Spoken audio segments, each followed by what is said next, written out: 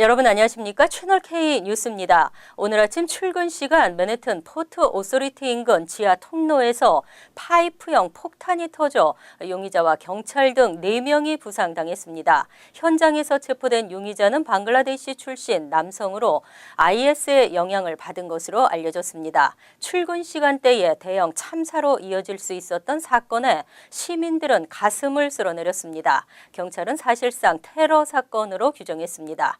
지한샘 기자가 보도합니다.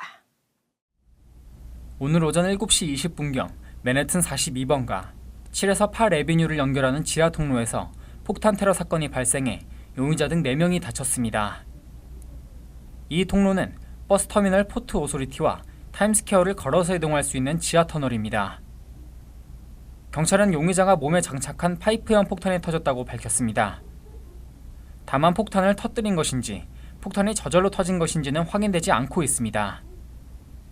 폭발로 용의자를 포함해 총 4명이 다쳤지만 모두 생명에는 지장이 없으며 부상자 가운데는 경찰관 1명도 포함된 것으로 알려졌습니다. 현장에서는 폭발에 놀란 시민들이 긴급 대피하는 소동이 벌어졌으며 경찰도 만일의 사태에 대비해 포트 오소리티 부근에 대한 접근을 차단하고 시민들을 대피시켰습니다. 용의자는 뉴욕 브루클린에 거주하는 27세 남성 아카에드 울라로 7년 전에 방글라데시에서 입국한 것으로 알려졌습니다. 경찰은 그가 순위파 극단주의 무장 세력 IS와 직접 연관은 없지만 IS의 영향을 받은 것으로 파악하고 있는 보도입니다. 경찰은 이번 사건을 테러 관련 사건이라고 규정했고 빌 드블라지오 뉴욕시장도 테러 기도라고 밝혔습니다. 채널 K 뉴스 지한샘입니다. 버겐 아카데미 교사 해임 서명 운동에 한인사회가 동참했습니다. 1시간 만에 150여 명이 서명하면서 한인사회에 단합된 목소리를 확인했습니다. 지한샘 기자입니다. 지난 금요일 뉴저지 리치필드 H마트 매장 앞에서 버겐 아카데미 교사의 인종차별 발언에 항의하는 서명운동이 펼쳐졌습니다. 서명운동은 최근 버겐 아카데미 학교장에게 항의 사안을 보냈던 브라이언 정군 등 10명의 한인 학생들과 박은임 뉴저지 한인 회장이 동참해 1시간 만에 한인 150여 명의 서명을 받아내며 이번 인종차별 사태를 알리고 동포사회의 관심을 이끌어냈습니다. 서명운동에 참여한 학생들은 많은 한인들이 관심을 보여주셔서 뿌듯하다며 이번 사태를 모르는 분들이 아직 많기 때문에 앞으로도 알려나갈 것이라고 말했습니다. 먼저 이 소식을 친구들한테 듣게 됐는데 뭔가 듣고 나서 제가 계속 맞지 않다는 느낌이 들기 시작했어요. 그래서 오늘 이 자리에 와서 페티션을 받고 더 많은 한국 사람들과 모든 사람들에게 더 알리기 위해 이 페티션을 만들게 됐어요. 이날 서명에 동참한 한인들은 일어나선 안 될 일이 일어났다며 다시는 이런 일이 일어나지 않기 위해서도 제대로 된 처벌이 필요하다고 말했습니다. 네, 그 얘기 들어서 너무너무 억울하고요. 정말 폭받쳐 올라요. 너무너무 어린 애들한테, 학생들한테 그런 모욕감을 당하는 그러한 I hate 그런 말을 쓸 수가 없죠. 네, 더군다나 교육자로서. 뉴저지 한인의 박은림 회장은 이번 인종차별 발언 사태는 한인 사회가 힘을 합쳐 대응해야 할 문제라며 이렇게 학생들이 모여 한인들의 인권을 지키기 위해 나서준 것이 대견스럽다고 말했습니다.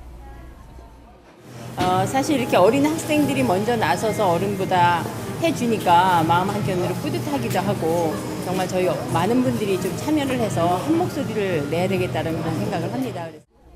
뉴저지 한인회는 오늘과 내일 지역 내 한인단체나 교회 등에서도 서명을 받아 내일 오후 5시 파라무스 540 페어브 애비뉴에서 열리는 버겐 카운티 테크니컬 스쿨 교육위원회 미팅에 제출할 예정입니다. 채널 K 뉴스 지한샘입니다.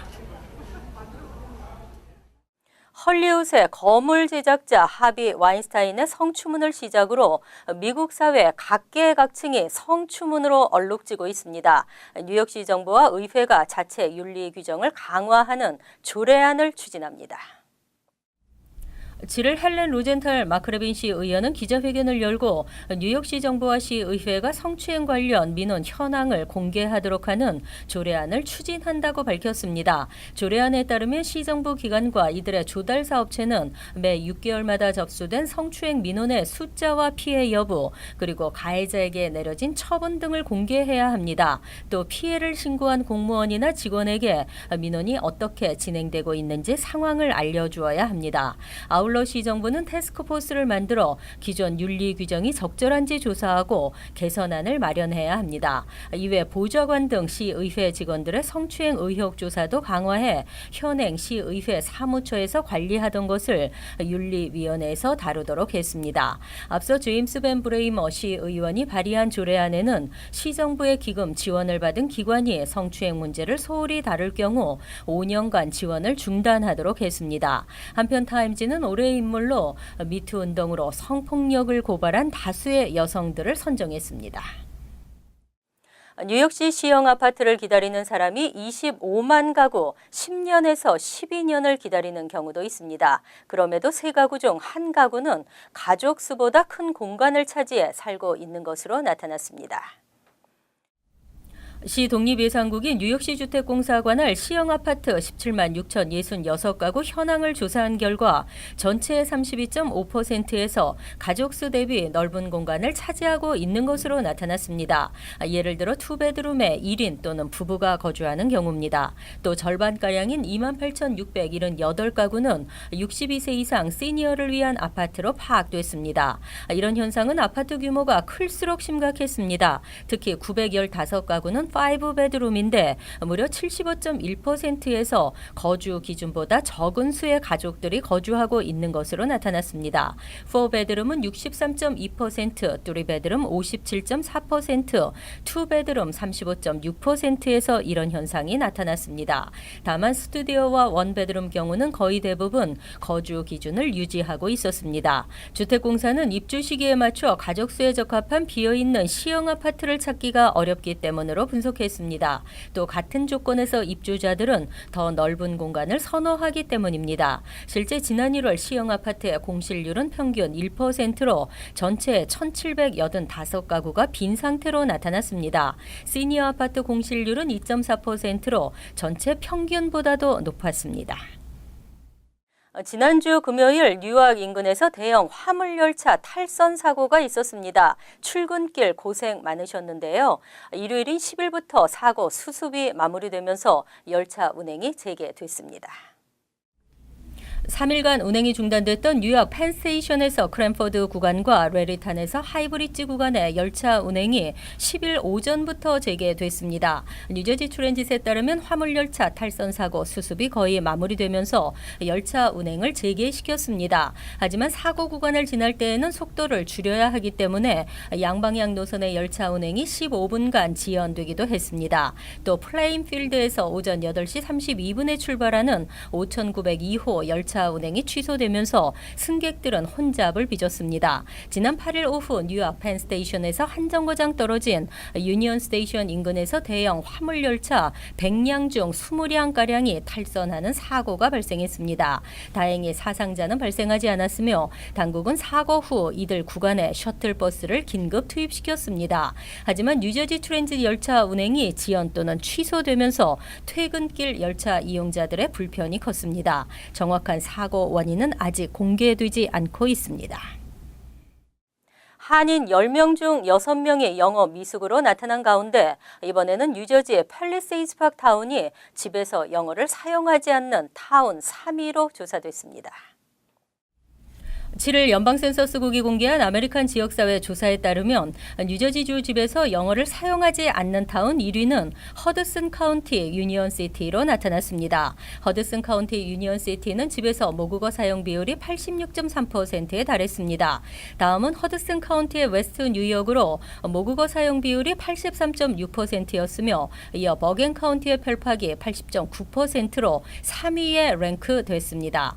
이 밖에도 허드슨 카운티 구텐버그 대부분은 80.6%가 영어를 사용하지 않는다고 답했으며 허드슨 카운티 이스트 뉴악은 80.2%, 미들섹스 카운티 퍼스 앤보이가 80%, 허드슨 카운티 놀스버겐 79.9%, 유니온 카운티 엘리자베스 74.9%, 퍼세이 카운티 퍼세이 74.4%, 허드슨 카운티 해리슨 73.9% 등의 순이었습니다. 한편 뉴저지주 내 21개 카운티 중 집에서 영어를 사용하지 않는 주민이 많은 곳은 허드슨 카운티가 1위, 다음 퍼세이 카운티, 유니온 카운티, 미들섹스 카운티 등의 순이었습니다. 버겐 카운티는 집에서 영어를 사용하지 않는 주민이 39.5%로 집계됐습니다. 사회초년생 학자금 빚더미 부담이 사라질 전망입니다. 아이빌리그 명문 브라운대가 전면 무상교육을 실시합니다.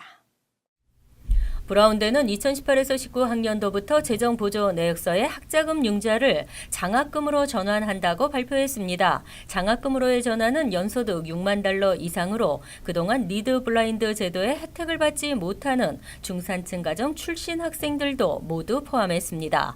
크리스티나 팩스턴 총장은 브라운 프라미스로 명명된 학자금 융자 없애기 캠페인을 통해 3천만 달러의 기금을 마련했다고 밝혔습니다. 이에 따라 학생들은 졸업 후 학자금 융자 상환의 부담에서 벗어날 수 있게 됐습니다. 2003년 도입된 리드 블라인드는 브라운 프라미스 캠페인을 통해 가족 연소득이 6만 달러 이하인 학생들에게 스칼라쉽과 그랜트로 학비를 지원하고 있습니다. 여기에 중산층 학생들까지 포함시키면서 우수한 학생들이 다른 대학으로 가는 것을 막았습니다. 팩선 총장은 중산층 학생들도 학비 부담 없이 브라운대에서 자신의 열정을 찾아 수학할 수 있게 됐다고 강조했습니다. 대학 측에 따르면 지난 9월부터 약 3개월간 진행된 브라운 프라미스 캠페인엔 총 2,087명의 동문과 재학생, 학부모들이 참여했습니다. 대학 측은 앞으로 총 1억 2천만 달러의 기금을 마련하겠다는 계획입니다. 지난 토요일 하루 종일 눈이 내리면서 눈 피해가 잇따랐는데요. 뉴욕과 뉴저지 인근에서는 교통사고 사망자가 발생하고 부상자가 속출했습니다. 9일 하루 동안 롱아일랜드 서포 카운티에서는 7인치의 적설량을 기록했습니다. 뉴욕 블러싱은 4.6인치, 뉴저지 포트리는 5.5인치의 눈이 순식간에 쌓이면서 거리와 도로를 덮어 각종 사고로 이어졌습니다. 뉴욕 롱아일랜드 베스페이지에서는 이날 오후 5시 7분쯤 66세 여성이 길을 건너던 중 눈길에 미끄러진 차량에 치여 사망했습니다. 뉴저지에서도 이날 루트 49 도로에서 다찌 승용차가 눈길에 미끄러지면서 포드 승용차와 충돌해 3명이 부상했습니다. 하루 동안 뉴저지에서는 303건의 교통사고가 발생했습니다. 뉴욕 뉴저지 항만청은 이날 모든 교량과 브릿지의 제한 속도를 25마일로 일제히 낮추고 운전자들의 주의를 당부했습니다. 뉴욕시 위생국은 이날 700개의 염화칼슘과 1250대의 제설 차량을 가동해 제설 작업에 나섰습니다. 정전 피해도 잇따랐습니다. 퀸즈 등 5개 보로에서 800여 가구가 정전됐고 전력 복구 작업이 늦어지면서 피해 주민들은 9일 오전이 돼서야 전기를 다시 사용할 수 있었습니다. 존 F 케네디, 라과디아 공항, 뉴아크 국제공항 등을 포함해 전국적으로 2,300여 편의 항공기 이착륙이 취소됐습니다. 한인사회에서도 연말 모임을 포함한 각종 행사들이 취소됐습니다. 하지만 이번 주 추운 날씨 속에 한 차례 더 눈이 내릴 전망입니다.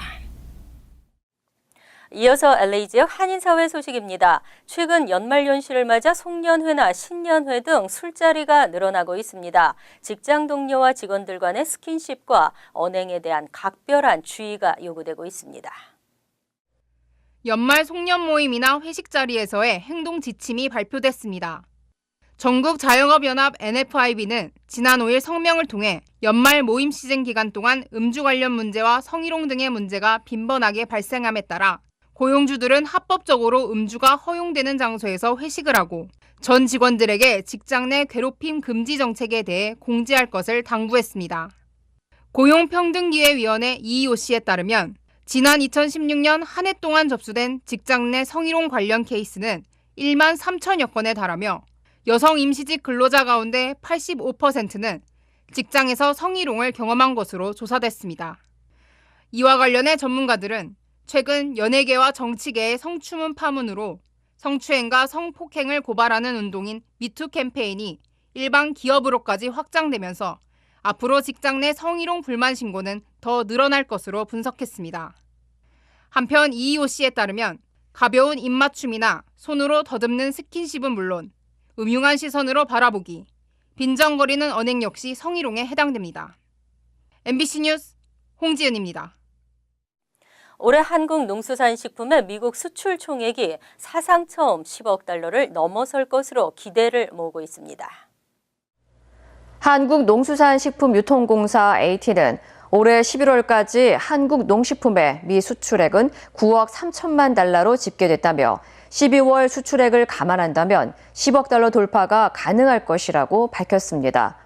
AT는 올해 주요 수출 품목으로는 김과 배, 음료, 라면 등이며 특히 김치, 팽이버섯, 인삼, 삼계탕 등 신선식품의 수출이 크게 증가했다고 덧붙였습니다. 이어 AT 측은 타 커뮤니티 마켓 공략, 온라인 시장 활성화, 신선식품 시장 확대 등이 한국 농수산식품의 수출 확대로 이어졌다고 분석했습니다. 간추린 소식입니다. 8일 한국 외교부는 신임 주 뉴욕 총영사에 박효성 전 주 루마니아 대사를 공식 임명한다고 발표했습니다. 박 신임 총영사는 한국 외국어대 정치외교학 학사, 펜실베니아대 국제정치학 석사 이후 주미 대사관 1등 서기관, 주 체코 대사관 참사관, 통상교섭본부장 보좌관, 주 제네바 대표부 차석 대사 등을 역임했습니다. 박 신임 총영사는 이달 말 또는 내년 초 부임합니다. 2018년 1월 1일부터 뉴욕시 전기 및 가스 요금이 최고 5%까지 오릅니다. 콘 에디슨사는 3년에 걸친 단계적 요금 인상안에 따라 1차로 전기료와 가스 요금을 각각 2.3%와 1.6%씩 올린 바 있습니다. 내년 초 다시 인상되면 주택의 경우 전력 사용량에 따라 연간 최저 0.38%에서 최고 4.67%까지, 스몰 비즈니스 역시 연간 최고 3.24%까지 인상됩니다. 가스 요금도 평균 5%가량 오릅니다. 관절염약 림브렐에 치명적인 부작용이 있는 것으로 나타났습니다. 7일 연방식품의약국은 골관절염을 앓고 있는 사람을 대상으로 필요한 영양소를 관리하는 데 도움을 줄 수 있다고 광고하는 캡슐 형태의 림브렐이 간과 폐에 치명적인 위해를 줄 수 있다며 복용 중지를 경고했습니다. 림브렐은 약물로 인한 간 손상과 폐 상태에 영향을 주는 것으로 나타났습니다. 7일 뉴저지주 상원은 셜리 터널 상원 의원이 발의한 피임약 최대 6개월까지 처방할 수 있도록 하는 법안을 가결시켰습니다. 피임약 처방 비용은 건강보험사에서 의무적으로 부담하도록 했습니다. 현행법은 피임약 1개월치만 처방받을 수 있습니다. 법안은 크리스티 주지사의 서명 절차를 남겨놓고 있지만 크리스티 주지사가 최대 6개월로 하향 조정할 것을 요청한 절충안이기 때문에 서명도 무난할 것으로 전망되고 있습니다. 환율과 증권 소식입니다.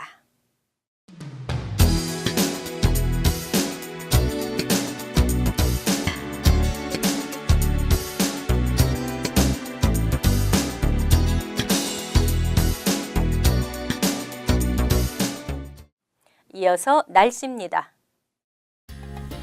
화요일은 흐리고 춥겠으며 오전 중 한 차례 소나기가 내리겠습니다. 낮 최고 기온은 48도, 섭씨 9도, 밤 최저 기온은 24도, 섭씨 영하 4도로 예상됩니다. 수요일은 간간히 흐리는 날씨에 바람까지 불어 더 춥게 느껴지겠습니다. 목요일은 대체로 맑은 날씨지만 강추위가 이어지겠습니다. 이상으로 채널K 뉴스를 마칩니다. 채널K와 함께 편안한 하루 되시기 바랍니다.